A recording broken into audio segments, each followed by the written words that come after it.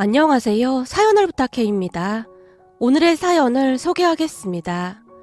우리 부부는 지방에 살고 있습니다. 저는 집에서 가까운 중소기업에 다니고 있고 남편은 공무원 시험에 합격해서 시청에서 근무를 하고 있습니다. 저는 아이를 낳고 잠시 회사를 관뒀다가 다시 취업을 했는데요. 한동안 집에서 애만 키우다 다시 일을 하려고 하니 어려운 부분이 한두 가지가 아니었어요.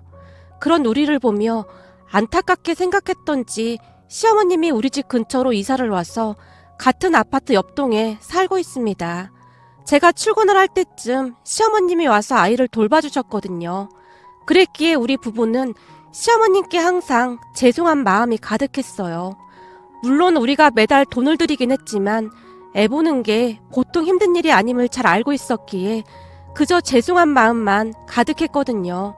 우리 시어머님은 차분한 성격으로 웬만하면 화를 잘 내지 않는 그런 분이십니다.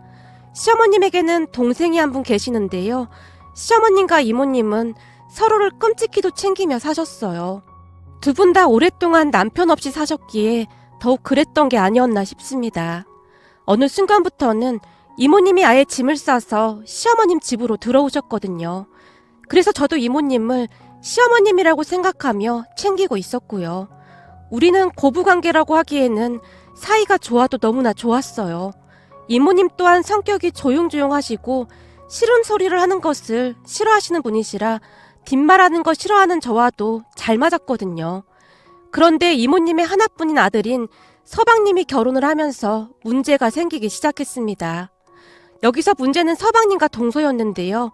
특히나 동서로 인해 얼마 뒤 집안이 발칵 뒤집히게 되었습니다. 그 일은 제가 퇴근하던 길에 시댁에 과일을 드리러 가면서 시작이 되었어요. 제가 초인종을 누르자 시어머님이 문을 열어주셨는데요. 왔니? 전화하면 내가 데려다 줄 텐데 뭐하러 왔어? 몸도 피곤할 텐데. 괜찮아요, 어머님. 젊어도 제가 더 젊은데 제가 움직이는 게 맞는 거죠. 안 그럼 시어머니 부려먹는 막대 먹은 며느리 소리 들을걸요? 누가 그런 소리를 해? 너같이 착한 애가 어딨다고 그런 소리를 해? 아니요. 그렇다는 게 아니라 제가 찔린다 그 말인 거죠. 그리고 오다 보니 딸기가 너무 맛있어 보이길래 딸기 좀 사와봤어요. 어머님이랑 이모님 딸기 엄청 좋아하시잖아요. 예, 지금 딸기 엄청 비싸던데 뭐하러 이 비싼 걸 사왔니? 사실 딸기 가격 보면서 손이 잠깐 떨리긴 했는데 두 분 딸기 드시는 모습 생각하니까 손이 저절로 가더라고요. 제가 장난스레 웃으며 두 분을 바라봤는데요. 넌 어쩜 그렇게 말도 재미나게 하는지 모르겠구나. 너 보고 있으면 마치 친딸 마냥 좋다니까. 두 분이 워낙 친딸처럼 잘해주시잖아요. 참 그건 그렇고 너도 여기 잠깐 앉아봐라. 라며 시어머님이 제 손을 끌어서 소파에 앉혔어요. 너도 알다시피 우리가 원래 남 뒷말하는 거 아주 싫어하잖니? 그렇죠. 두 분 다 그런 사람들 엄청 싫어하시잖아요. 근데 무슨 일 있는 거예요? 아니 일이라고 하기보다는 정석이 처가 얼마 전에 애를 낳았잖니? 그렇죠. 우리 다 같이 다녀왔었잖아요. 아기가 많이 컸겠네요. 제가 두 분을 번갈아가며 바라보다가는 조용히 물었어요. 사실 동서와 서방님이 아이를 낳은 지 1년이 넘었는데 이런저런 핑계를 대면서 이모님을 보러 온 지가 한참이 지났었거든요. 손주가 보고 싶었던 이모님이 서울로 올라가겠다고 했지만 그것마저도 거절을 했었기에 우리 모두 동서와 서방님을 본 지가 한참 됐었거든요. 하지만 두 분 다 워낙 싫은 소리 하는 것을 싫어하시는 분들이시라 그냥 상관하지 않는 그런 분위기였고요. 그렇게 제가 잠시 동서와 서방님 생각을 하고 있었는데요. 시어머님이 두 사람의 이야기를 하기 시작했어요. 근데 정석이 처가 곧 출근을 한다고 하면서 네 이모한테 올라와서 애를 봐달라고 하지 뭐니? 그러니까 이모님한테 서울까지 올라와서 애를 봐달라고 했다 그 말씀인 거예요? 그렇다니까. 정석이 처 말로는 일요일 밤에 올라왔다가 금요일 밤에 내려가라고 했다는구나. 그럼 이모님 너무 힘든 거 아니에요? 왔다 갔다 하시는 것도 보통 일이 아닐 텐데요. 내 말이 그 말이야. 근데 네 이모는 어쩔 수 없지 않냐고 하잖니. 라며 시어머님이 긴 한숨을 내쉬었는데요. 시어머님의 말을 들어보니 동서가 이모님께 전화를 해서는 약간의 억지를 부린 모양이었어요.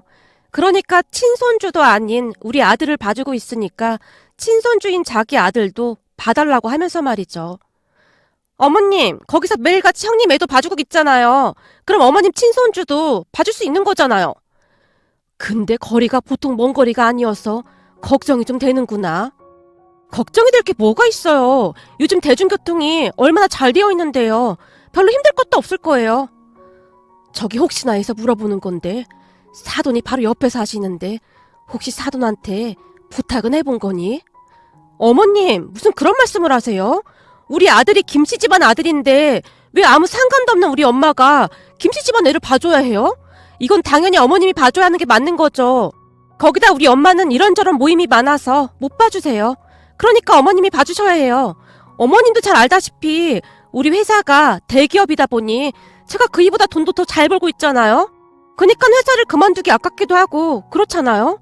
이럴 때는 어머님이 좀 도와주시는 게 현명한 방법이라고 생각해요. 그럼 저는 어머님이 봐주시는 걸로 알고 전화 끊겠습니다.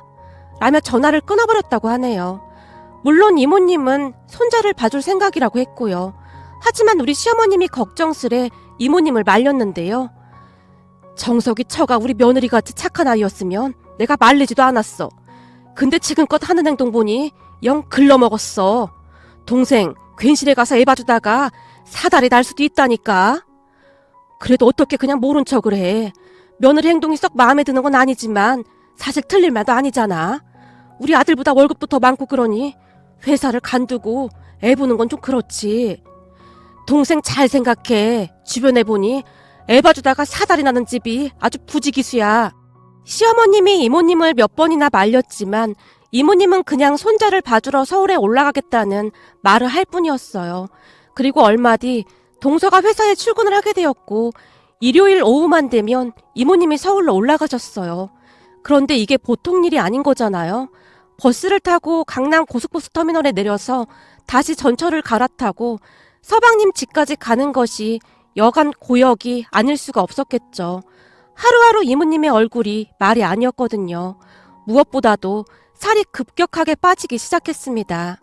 문제는 이모님이 원래가 마른 편이셨기에 거기다 더 살이 빠지시니까 얼굴이 퀭하신 게 눈 뜨고는 볼 수 없는 그런 지경이 되어갔어요. 그 모습을 보며 안쓰러운 마음이 들어 제가 시어머님께 살짝 물었어요. 어머님, 요즘 이모님 너무 힘들어 보이시는데 저러다 큰일 나시는 거 아닌지 걱정이 돼요. 그래서 홍삼을 좀 사와봤는데 꼭 이모님이랑 같이 드세요. 고맙구나. 그렇지 않아도 나도 한의원에 좀 데리고 가볼까 했는데 집에 오면 쓰러져 자기 바빠서 뭐라고 말도 못 꺼내겠더구나.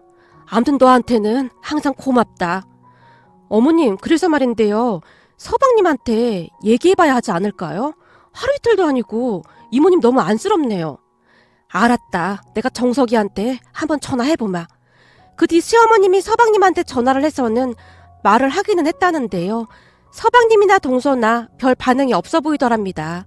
그러던 어느 날은 서울로 올라가기 전 이모님이 업한장에 가서 오징어 회를 떠서 아이스박스에 담아가야 한다며 업한장으로 갔다는데요.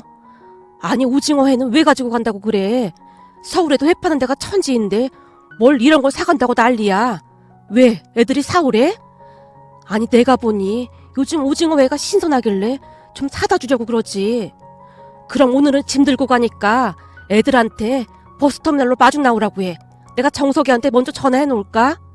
아니야 언니, 내가 알아서 할 테니까 언니 남 걱정하지 마. 이모님이 정색까지 하며 시어머님을 말리더랍니다.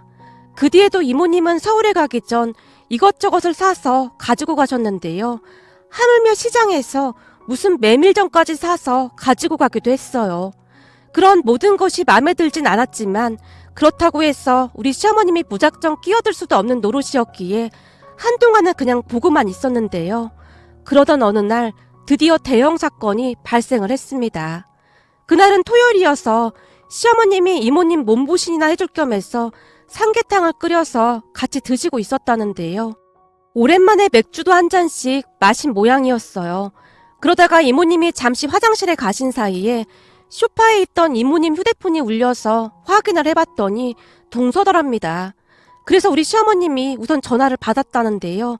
여기서 잠시 한 가지 짚고 넘어가자면 시어머님과 이모님은 외모뿐만 아니라 목소리도 많이 비슷한 편입니다.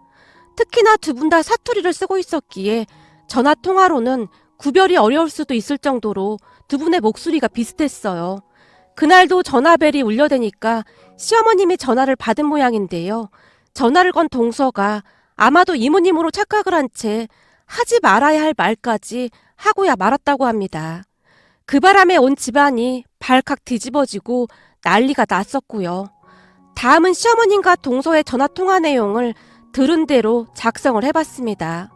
우선 시어머님이 전화를 받자마자 동서가 마치 기계처럼 말을 하더랍니다. 여보세요? 어머님, 전데요. 다음 주에 갑자기 출장이 잡혀서 다음 주는 서울에 올라오셨다가 주말에도 내려가시면 안 될 것 같아요. 그리고 이번 주에는 오실 때 그 방건조 오징어 좀 사가지고 오세요. 우리 친정엄마가 그거 엄청 맛있다고 좋아하시거든요.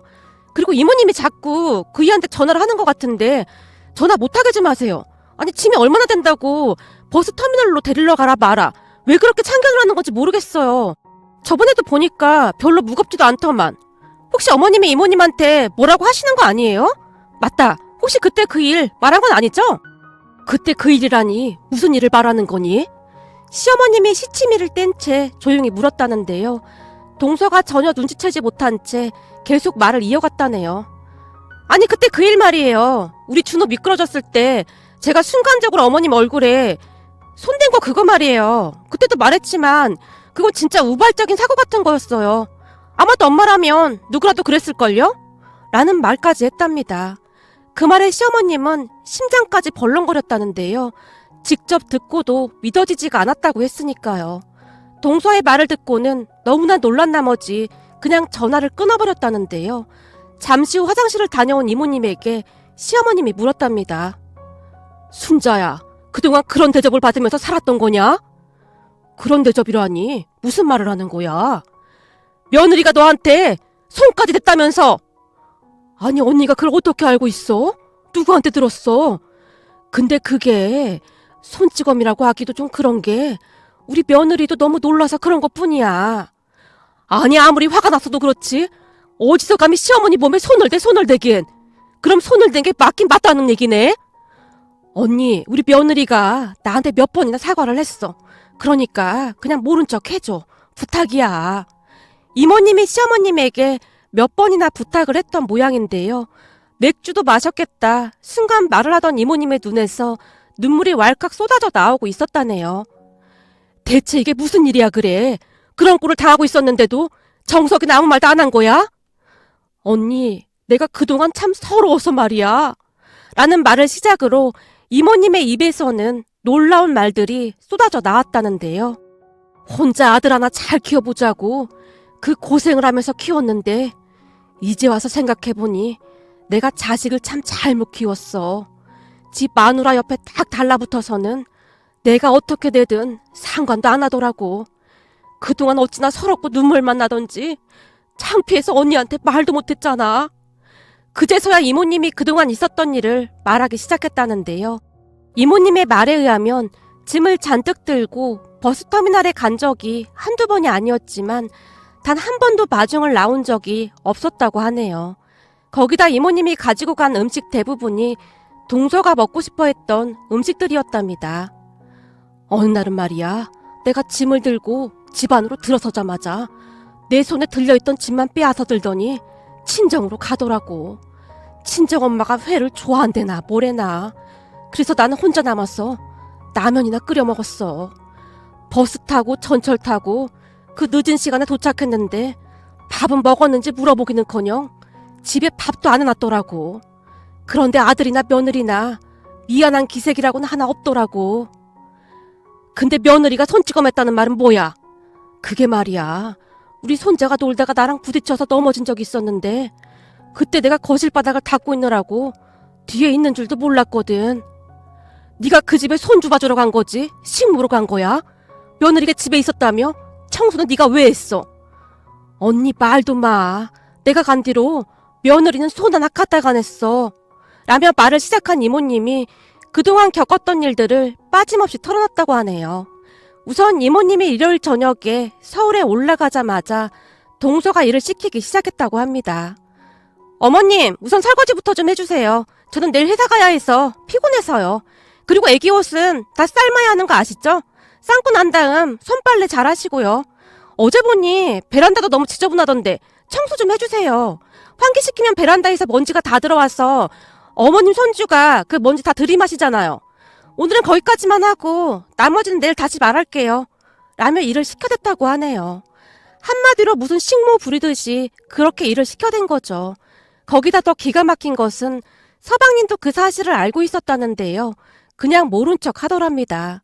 동서가 이모님께 일을 시켜대는 동안에도 서방님은 TV 리모컨을 들고 채널을 이리저리 돌리며 소파에 누워 있었다고 했거든요. 내가 말이야, 며느리도 아주 꼴보기 싫긴 했는데 이 아들놈이 더 꼴보기 싫더라 그 말이야. 퇴근하면 허구한 날 등을 소파에 깔고는 내가 걸레질을 할 때나 겨우 일어나. 어쩜 그렇게 똑같은 것들끼리 결혼을 했는지 모르겠어. 언니는 언니 며느리한테 진짜 잘해야 해. 세상에 우리 며느리 같은 며느리도 있더라고. 그 아가리를 조져버려도 시원찮을 판국에 그걸 그냥 놔뒀단 말이야. 나도 하루에도 100번은 그 생각을 한 것 같아. 그리고 내가 언니한테 말을 못한 게 있는데 나 사실 정신과 치료까지 받고 있어. 서울 갔다 내려오면 항상 토요일 오전 일찍 병원에 갔다니까. 뭐? 정신과 치료? 세상이 미쳐 돌아가는구나. 아니 아들 며느리 때문에 시어머니가 정신과 치료를 받는다는 게 이게 말이나 되는 소리야? 정신과에선 뭐라고 하는데? 뭐라고 하긴 뭐라고 하겠어. 우울증에 화병이라고 하지. 그 순간 시어머님 눈이 돌아가고 말았는데요. 자리에서 벌떡 일어난 시어머님이 이모님에게 단도직입적으로 말을 했다고 합니다. 순자야, 내 말 잘 들어. 앞으로 우리 둘이 여기서 평생 같이 살 거잖아. 그렇지. 난 언니 없으면 하루도 못 살아. 거기다 순자 너 집 뺀 돈도 통장에 잘 가지고 있고. 당연하지. 언니가 그 돈 절대 손대지 말라고 해서 그냥 그대로 묶어뒀지. 참 얼마 전에는 며느리가 그 돈 이야기도 하더라고. 뭐? 뭐라고 했는데? 그 아까운 돈 굴리지 않고 묶어둘 게 뭐가 있냐고 하면서 매달 이자 쳐줄 테니까 자기들한테 빌려달라고 하더라고. 그래서 뭐라고 했는데? 그때 언니가 나한테 미리 일러줬었잖아. 언니네 집 들어오면서 전세금 명목으로 언니한테 돈 맡겼다고 하라고. 토시 하나 안 틀리고 언니가 시키는 대로 했어. 잘했어. 아주 잘했어. 그 돈은 절대 아들 며느리한테 주면 안 돼. 동생 노후다 그 말이야. 라며 시어머님이 힘주어 말씀하셨다는데요. 사실 이모님이 시어머님 댁에 들어가면서 아파트 판돈을 통장에 고스란히 가지고 계셨거든요. 그 부분에 대해 전세 자금이라고 하면서 시어머님에게 맡겼다고 하라고 시켰었고요. 그런데 그게 신의 한 수가 될 줄 누가 알았겠습니까? 역시나 어른들의 해안은 젊은 우리들이 따라갈 수가 없다는 생각마저 들었답니다. 암튼 그 뒤 시어머님과 이모님이 이런저런 이야기를 나누다가는 갑자기 제게 전화를 하셨어요. 애미야, 너 잠깐 건너올 수 있겠니? 네, 어머님, 지금 바로 갈게요. 갈 때 뭐 좀 사갈까요? 드시고 싶은 거 있으세요? 아니다. 지금 우리가 뭘 먹고 그럴 상황이 아니야. 내가 이것들을 다 조져버릴 참이야. 것보다는 차를 좀 가지고 왔으면 좋겠구나. 그 뒤 저는 얼떨결에 시어머님과 이모님을 모시고 그 길로 서울로 올라가게 되었습니다. 시어머님의 눈에서 금방이라도 불꽃이 튈 것만 같았거든요. 그렇게 휴게소에 한번 들르지도 않고는 곧장 서울로 내달려서 서방님 부부 아파트에 도착을 했습니다. 그리고는 시어머님이 이모님께 마트 위치를 묻더니 갑자기 마트에 들어가서는 뭔가를 사서 까만 비닐봉투 안에 넣어서 오셨는데요. 어머님, 비닐봉투 안에 그건 뭐예요? 알 거 없다. 내가 오늘 이것들을 그냥 아작을 내버릴 참이야. 인간 같지 않은 것들은 인간 취급을 해줄 필요가 없다. 아니 어디 할 짓이 없어서 시어머니한테 손찌검을 해? 그런 것들은 깜빵에 보내버려야지. 어머님, 지금 너무 흥분하신 것 같은데 조금 이따 들어가시는 게 좋을 것 같아요. 뭘 조금 이따 들어가? 어차피 이판사판 공사판을 만든 건 우리가 아니라 저것들이잖니. 나도 저 인간 같지도 않은 것들한테 똑같이 해줄 참이다. 라며 시어머님이 한 손은 이모님의 손을 잡고는 다른 한 손으로는 비닐봉투를 꽉 움켜잡은 채 서방님 부부집으로 거침없이 진격을 하셨어요. 그 모습은 마치 맹수와도 같아 보였는데요. 저는 그날 사달이 나도 단단히 나겠구나 싶은 생각만 들었답니다. 저 또한 조마조마한 마음으로 두 분의 뒤를 따랐고요. 잠시 후 문 앞에 다다랐고 이모님이 초인종을 누르려고 했는데요. 잠깐 기다려봐. 그리고 지금 이따위 초인종을 뭐하러 눌러? 동물 같은 것들한테는 동물처럼 해주면 되는 거야. 시어머님이 큰 소리로 말씀을 하시더니 비닐봉투 안에서 뭔가를 꺼내셨어요. 자세히 보니 아주 큼직한 두부가 들려있는 게 아니겠습니까? 어머님, 두부는 왜 사신 거예요? 제가 물었지만 시어머님이 들은 척도 하지 않고는 한 손에는 두부를 그리고 다른 한 손으로는 현관문을 마구마구 두드려대기 시작했어요. 문 열어! 당장 문 열어! 누구신데 이러시는 거예요? 라며 동서가 현관문을 열고는 얼굴을 빼꼼히 문 밖으로 내밀고 있었는데요. 그런 동서를 보며 시어머님이 순식간에 문을 열어 제끼더니 들고 있던 두부로 동서의 얼굴을 마구마구 문질러 버렸습니다. 그 바람에 동서가 놀란 채 그 자리에 털썩 주저앉아 버렸는데 너무나 갑작스런 일이었기에 미처 비명도 지르지 못하고 있었어요. 물론 이모님과 저는 너무나 놀란 채 입을 떡 벌리고 있었고요. 이런 싸가지 없는 것이 에바주러 올라온 시어머니가 네 몸종이야? 10원 한 푼도 안 주면서 시어머니를 막 부려먹어. 이게 지금 어느 나라 법이야? 동방예의지국인 대한민국이 언제부터 이렇게 됐어? 이모, 대체 왜 이래요? 너 말 한 번 잘했다. 너도 이리 와 이놈아. 네가 젤로 나쁜 놈이야. 네 엄마가 이리 당하고 사는데 그걸 눈 뜨고 보고만 있었어? 이모 왜 이래요? 라며 서방님이 급히 집 안으로 들어가려고 했는데요.